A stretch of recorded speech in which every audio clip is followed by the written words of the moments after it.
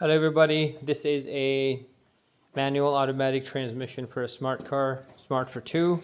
I just replaced 2 of the synchronizers. To get to them, you don't really need to do a lot. You need to remove the upper case.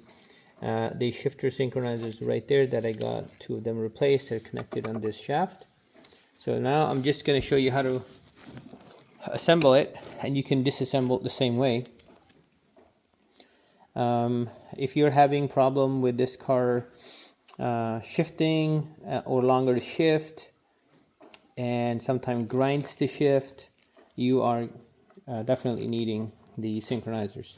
Now at some point the actual actuator can be bad. In this car this actuator is bad too, and I think that is what has been leading to the synchronizing failure, because the customer has been driving on it with a bad actuator. So I did take this out.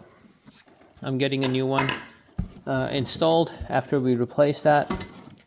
At this point you can replace these bearings, inspect them and replace them. On my end, these bearings are absolutely fine.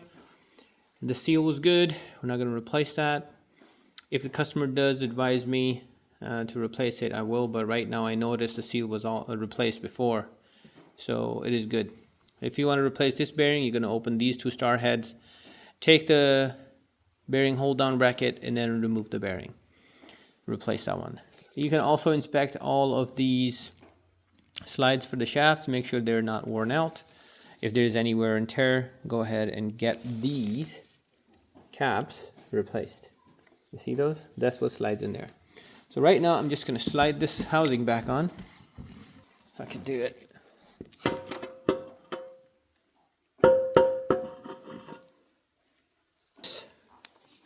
The entire housing guides itself in place just fine.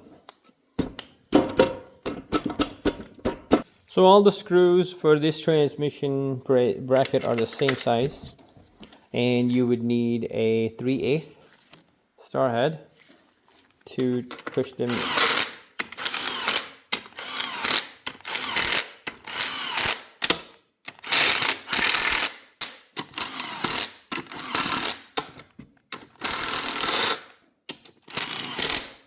Anyway, I'm going to come back and torque everything. And this notch right here, you're going to slide them onto that. Line it up and pull. And then twist, and it won't come out.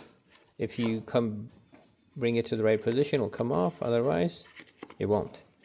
Next, you're going to take this gear selector, and it has these 4 bolts. Mount them down, tighten those 4 bolts, and that's it. There is no adjustments. There is nothing needed. Next, we're going to take this throwout bearing plate. You're going to line up this part with this part here and push on it. When you hear that, it's in, and that's where you so what you see, these this elongated area right here. Yep. So this section right here is one that's going to sit right here, and you see these clips, that's what locks in. So you go down. First we're going to line it up, twist, push, ta-da. So it's not moving.